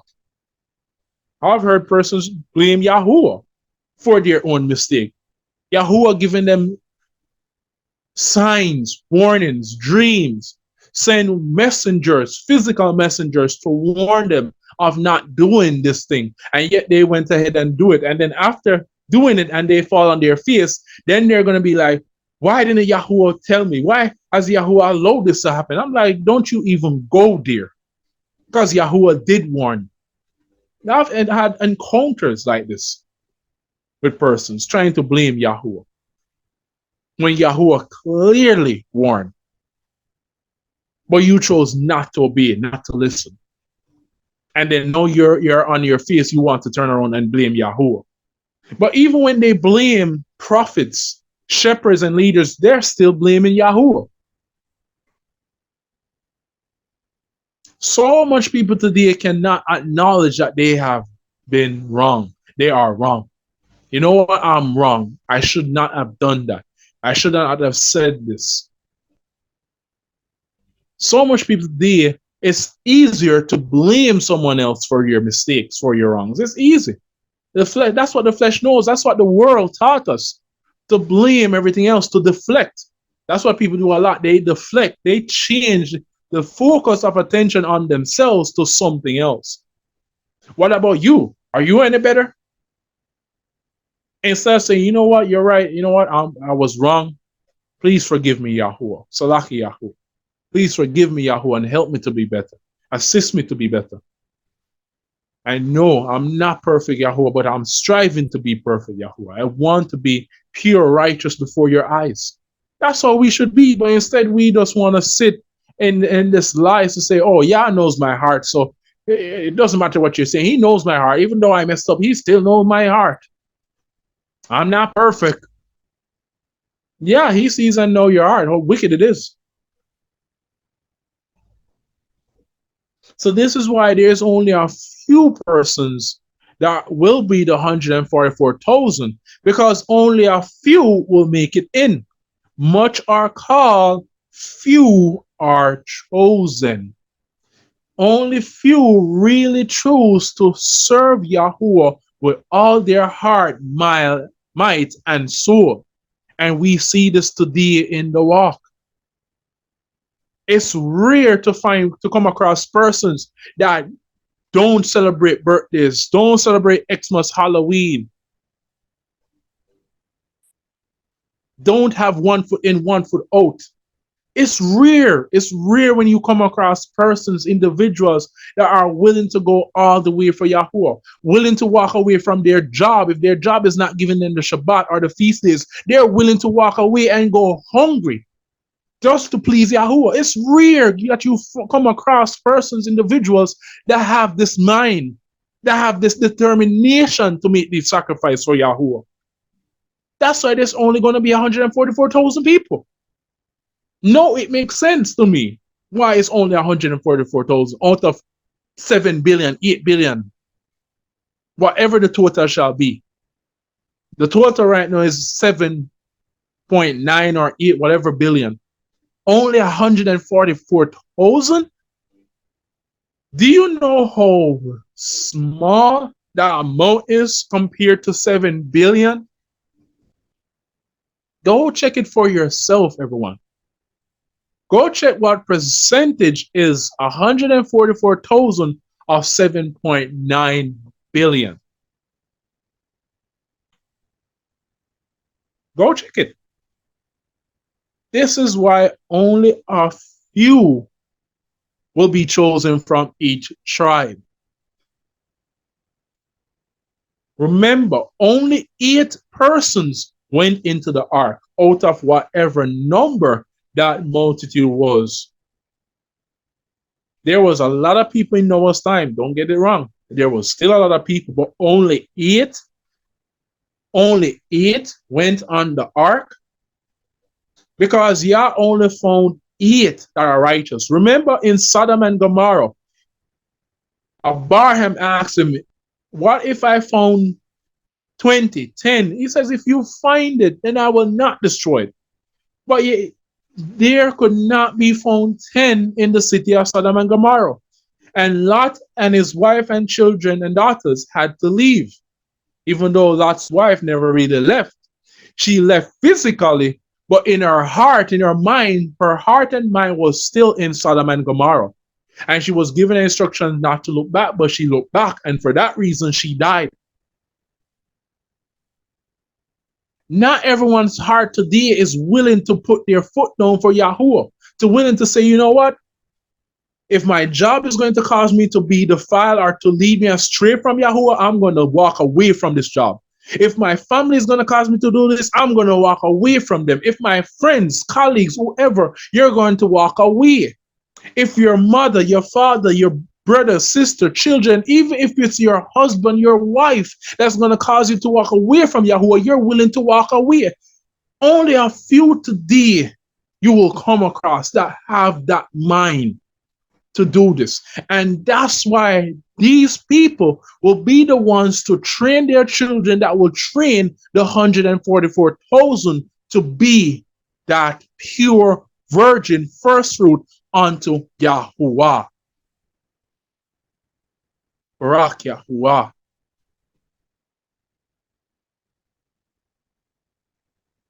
Barak Yahuwah.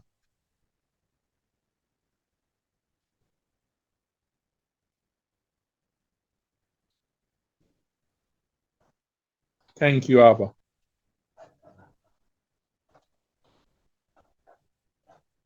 Thank you, Abba.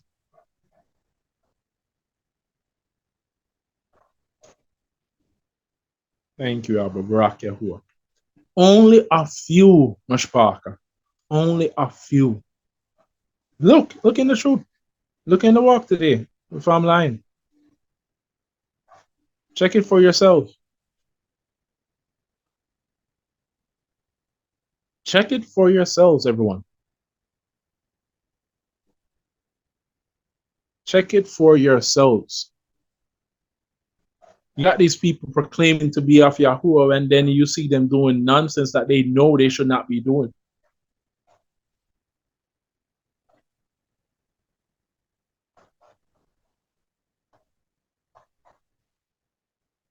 Thank you, Abba.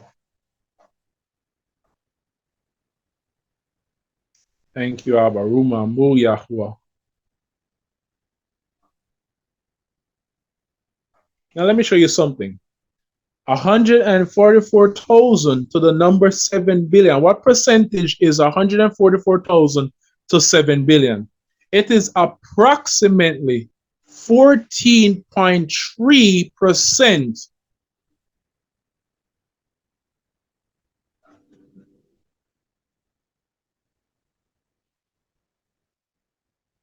I don't even think that's fully accurate. Let me check something else. Hold on, Barak Yahuwah. It's moving a little bit slow. Thank you, Abba. Much are called, few are chosen. Mushbach. Only few. This is why only a few are chosen. Only a few choose to go all out for Yahuwah. Only a few choose to make these sacrifices for Yahuwah. All right, so the percentage that I gave you was wrong. It was how much is a billion out of 7 billion in percentage? It's 14.3. Now, what percentage of 7 billion is 129,000? That's 0.0018%. Do you hear that? It's not even 1%. So 144,000 would be about 0.0020 something percent or 30 something percent. Not even 1% of 7 billion or 144,000 is. Not even 1%, family. Not even 1%.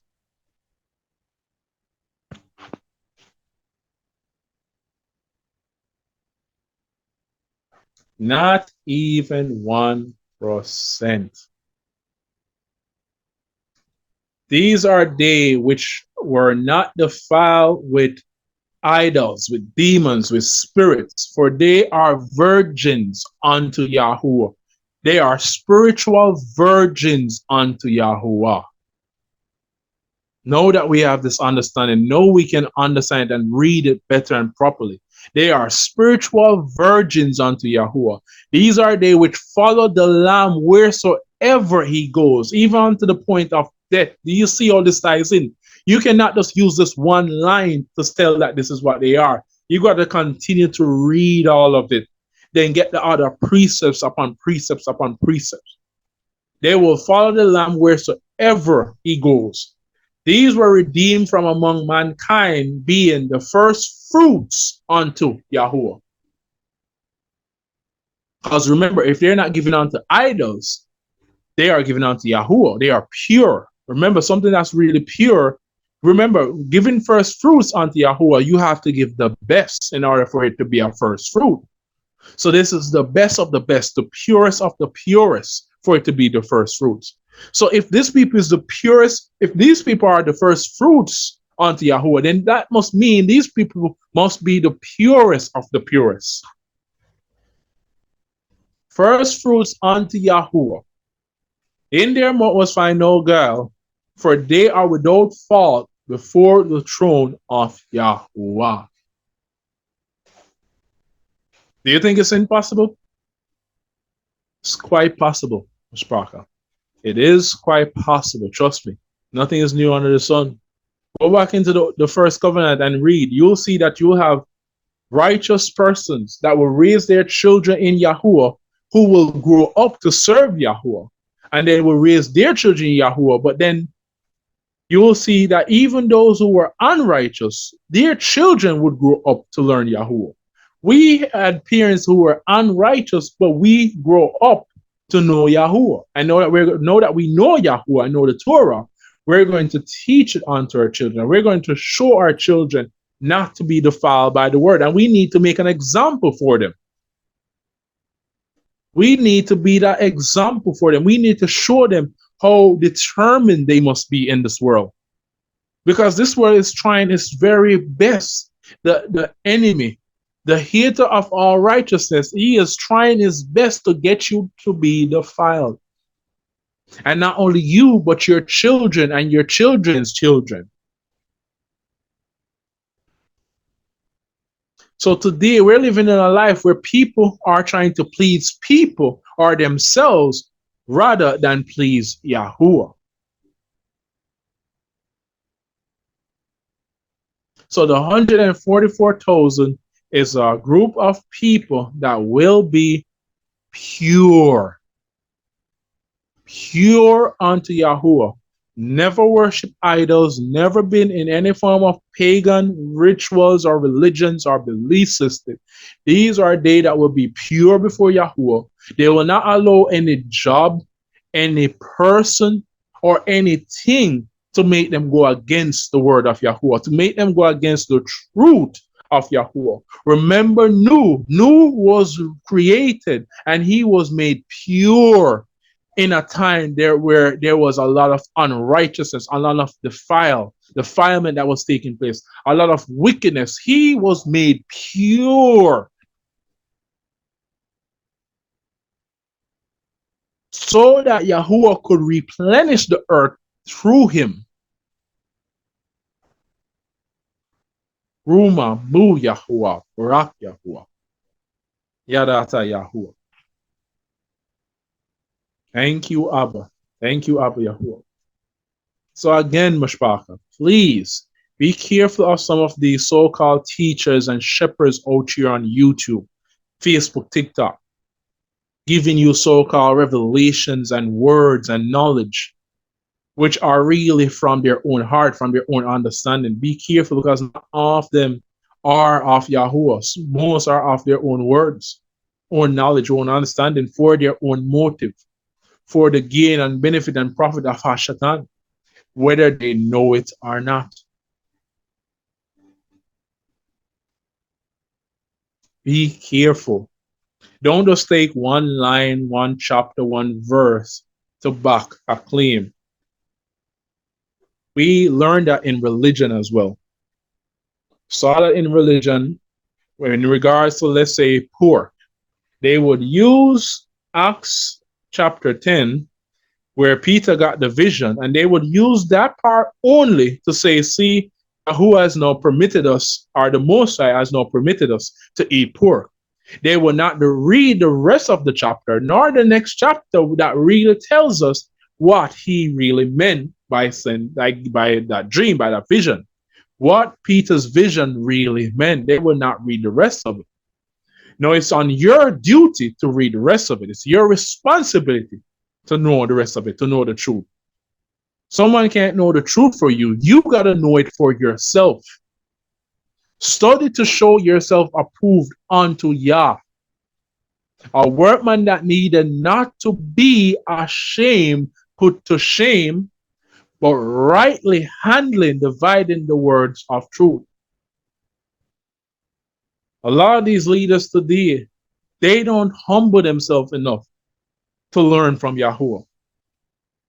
Some of them, especially if they're coming from a place of having a pastorate, or they were a apostle or a bishop, they come with that same knowledge that they learn from religion, and all they do is add Yahuwah to it, add the Shabbat and the feast days to it, and still teach you doctrines of Christianity. They don't take the time out to say, you know what?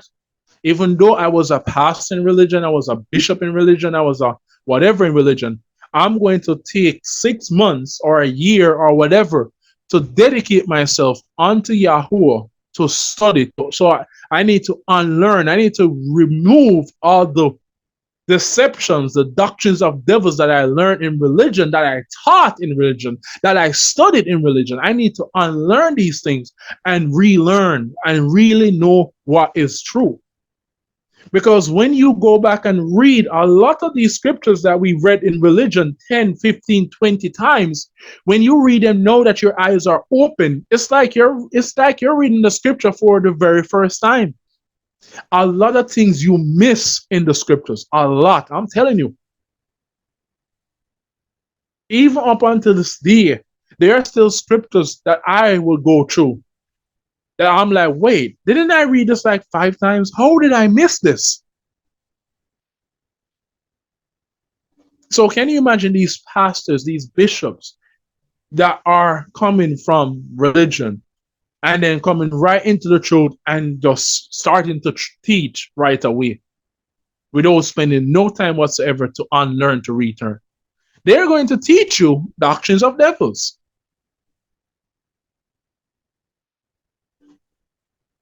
You need to spend time. That's why Yahuwah says in 2 Chronicles 7 verse 14, if my people that are called by my name shall humble themselves. First thing he says you need to do is what? Humble yourself. You gotta humble and acknowledge your crime. Acknowledge that you were in the wrong. Acknowledge that you were teaching nonsense. Some leaders, they can't do that. Acknowledge you were a witch. You were a warlock. You were in witchcraft, in idolatry. You were worshiping idols. You were performing spells, witchcraft, and magic on people's lives, especially pastors and bishops and apostles and prophets, especially those who were pastors, bishops, apostles, and prophets in religion. That's what you were doing. You were casting spells on the minds of people. And you need to acknowledge that and say that. Acknowledge it before Yahuwah and repent of that. But some cannot do that. And not just the leaders only, but those in religion as well, those who were in religion, New Age, or anything else. This is who you were at the time. You were a witch, a warlock. You were doing witchcraft, performing spells against someone, which is murder. You were. I had to acknowledge this and admit that I was. I've asked this question in the last video. When we were in religion, who do we think we were praying against? Oh, I come against the enemy and his household. When we were working for the enemy. So if we were working for the enemy, then that means we were coming against Yahuwah and his household, which would have meant those we know today in the truth. Those who would have been in the truth longer than we have. We were coming against them. Something we have to acknowledge. It's the truth. It hurts, but it's the truth. Don't let your flesh get the best of you, everyone, when correction is given. Do not allow your flesh to get the better of you and keep you in pride. If you don't acknowledge this, then you are not humble, then you are prideful. You are remaining in pride. You are allowing your flesh to keep you in pride, and pride will cause destruction upon you. You cannot learn the full truth by Yahuwah if you stay in pride. You will not, I guarantee you. Because the word says so. Yahuwah says so. That's why it says you need to humble yourself. Remove yourself from pride. Then pray, seek his face, turn from your wicked ways. Then he will heal your land. Then will you grow. Then will you learn. So this is something that you have to acknowledge, something that you have to confess, something that you have to acknowledge, something that you have to confess.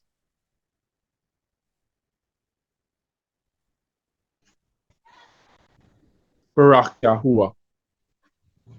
So, Ruma Mu Yahuwah, all esteemed Abba Yahuwah, Barak Yahuwah. This is who the 144,000 is and will be. A very pure group that have never been defiled by the beast and his demons and his followers. Very pure person, pure people rather. Barak Yahuwah.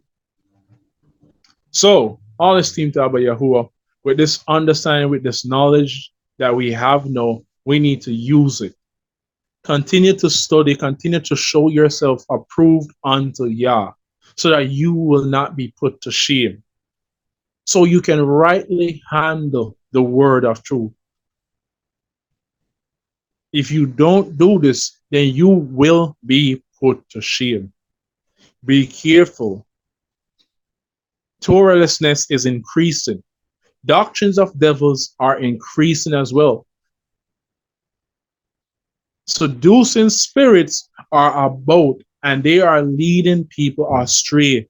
Be careful, everyone. Some of these teachers, these shepherds, these leaders, yea, they were teaching rightly at first.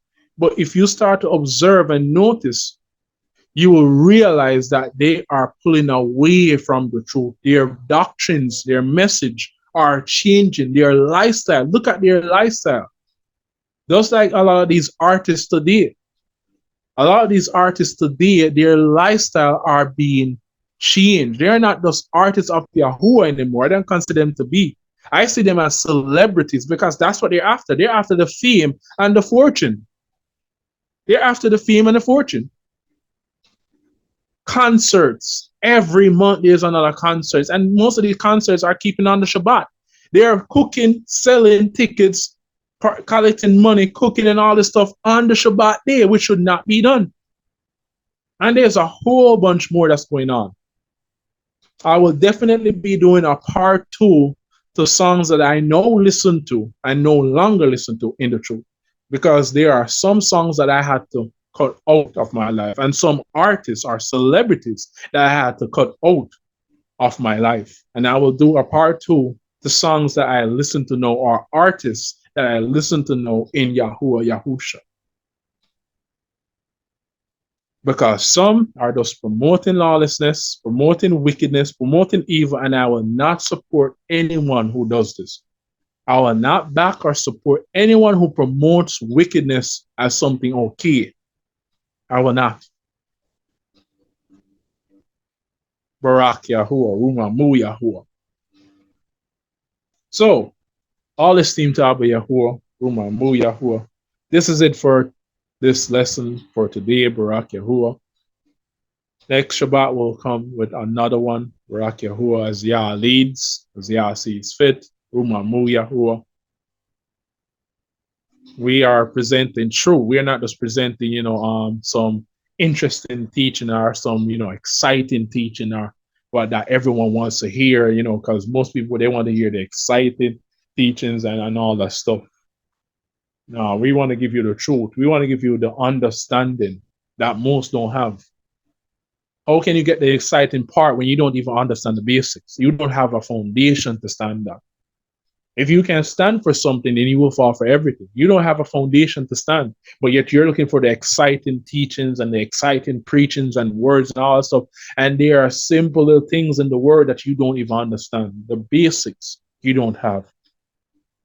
You got to start from the foundation. You got to start from the bottom to get to the top. You cannot build a roof before laying foundation. You got to build the foundation first, and then you work your way up. Then, when the bottom part is complete, then can you build a roof.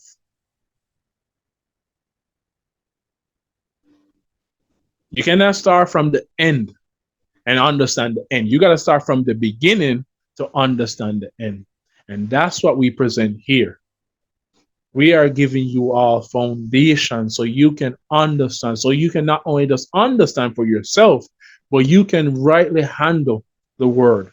You can go and share this knowledge, share this understanding that you have with others, with your friends and families who want the truth, who are seeking for the truth. That's what the apostles did. The apostles, after they were made disciples, then they were turned into apostles. When Yahusha left, what do you think the apostles did? They made disciples as well. When Peter preached, it says about 3,000 got immersed and they became what? Disciples of the apostles. Peter and the other apostles, they would teach them what they know. And that's what Yahuwah says in his word. He will appoint shepherds of his own heart that will teach you with knowledge and understanding. So you can do the same. Most teachers today, they don't want to share certain things with you or certain information with you because they don't want no one else to be better than them. They don't want you to be over them. Only one is over us, and that's Yahuwah. Only one is greater and better than us, and that's Yahuwah. We are all servants. We're all the same. So it doesn't matter. I'll share these things with you because I want you to share with others. Freely have I given, and freely do I share.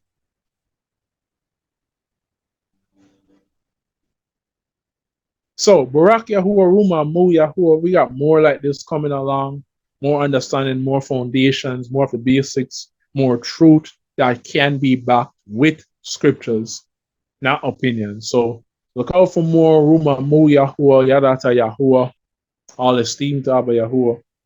Still got some things on for you guys. I'm just going by the rule, going by what Yahuwah says, or Yahuwah leads. So, Barak Yahuwah, all esteemed Abba Yahuwah. Much ahab to everyone that has supported us. We greatly, greatly appreciate it because YouTube is trying their best. The beast is trying its best to stop the truth. Why do you think we need passports and visas today to travel? When we read in the scriptures, we saw Peter and all the others, they traveled with ease. To enter certain land, yes, they would need some permission letter from a king. If you go back to the first covenant, you will see this. To travel to certain lands, you would need permission from the king, but it was easy for the apostles to travel back then, so they could proclaim the name of Yahweh and spread the truth. Today, we need passports, visas. Why? If you go on the U.S. Embassy's website and read their restrictions, what restricts you from getting a visa, what you can't do within a country. One of them is that if you go against religious freedom, you will be banned. You will not be able to retain or gain a visa or a passport or any of that stuff or gain access to the country. So the main goal of these borders is not just to keep people out from living in your country. The main goal, the main reason rather, for these borders, passport, visas, is to keep those who are of Yahuwah from presenting the truth all over the earth freely, easily. So they're trying to put up stumbling blocks in our ways. But Yahuwah always has a way out. Just like the internet today. We have the internet, which these words, these messages are still reaching all over the earth without me having a visa or a passport, without me having to leave my country that I'm in. And now here comes the beast again on the internet trying to shadow ban these truths, trying to block it, stop it, and who he cannot ban, he shadow bans. Shadow ban means it's hard for you to find channels like ours on YouTube. You'll find other channels that don't stand fully for the truth easily. Other channels you'll find so easily on YouTube, like Watch My Reports and all the others. You'll find these channels so easily because they have one foot in, one foot out. And some of them are of the devil, masquerading as a messenger of light. Some of these channels are not of Yahuwah. They're just of the devil, masquerading as a messenger of light.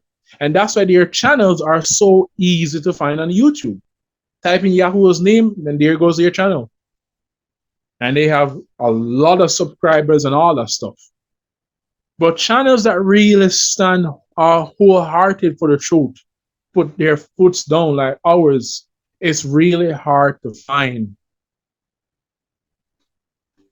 It's at the bottom. So you got to spend a lot of time searching through YouTube, or if Yahuwah has not put it there, like at the middle or at the top. So they're trying their best to try to control what is shared, what is spoken. So your support is greatly, greatly appreciated. The likes that you place on the videos, it really helps so that it can be more easily find for those seeking the truth. The likes, the subscribes, all those stuff helps a lot, assists a lot. Salaki Yahuwah. It assists a lot for sharing the truth. I know most of the will tell you to like because they want to make their channel more popular so that they can make more money and all that nonsense and all that stuff. But I'm not saying that because I want to make money and all that stuff. Yahuwah says, freely you receive, freely you give. I'm saying this to let you know what YouTube is doing, because most of you are not aware because you're not a YouTube creator. You're not you don't own a YouTube channel. You don't make videos, so you don't know the challenges that we come across by YouTube and other channels as well. So I'm letting you know this so that you can support these channels that you come across that are pure. So, Tuda, thanksgiving to those who have supported. We greatly appreciate it. Ruma Mu Yahuwah, Barak Yahuwah. Thank you all. We love you all. And even though I ask that Yahuwah, Barakata Ushamarata, I ask that Yahuwah shows respect unto you and favor unto you as well, and that he guards you in your going out and in your coming in. Ruma Mu Yahuwah. Thank you, Abba Yahuwah. Enjoy the rest of your Shabbat day. Remember, this is a day that belongs unto Yahuwah. It is not a day for yourself, your loved ones, your friends, nothing. It's not a day for funerals. It's not a day for nothing but Yahuwah. This is a day that belongs to Yahuwah, where you give Yahuwah your all, where you do not speak your own words, do your own pleasures, find your own ways. It's a day that you dedicate to Yahuwah. So continue to do so unto Yahuwah, and you will receive your reward. Ruma Mu Yahuwah. We love you all. Shabbat Shalom, beloved family. Rock Yahuwah.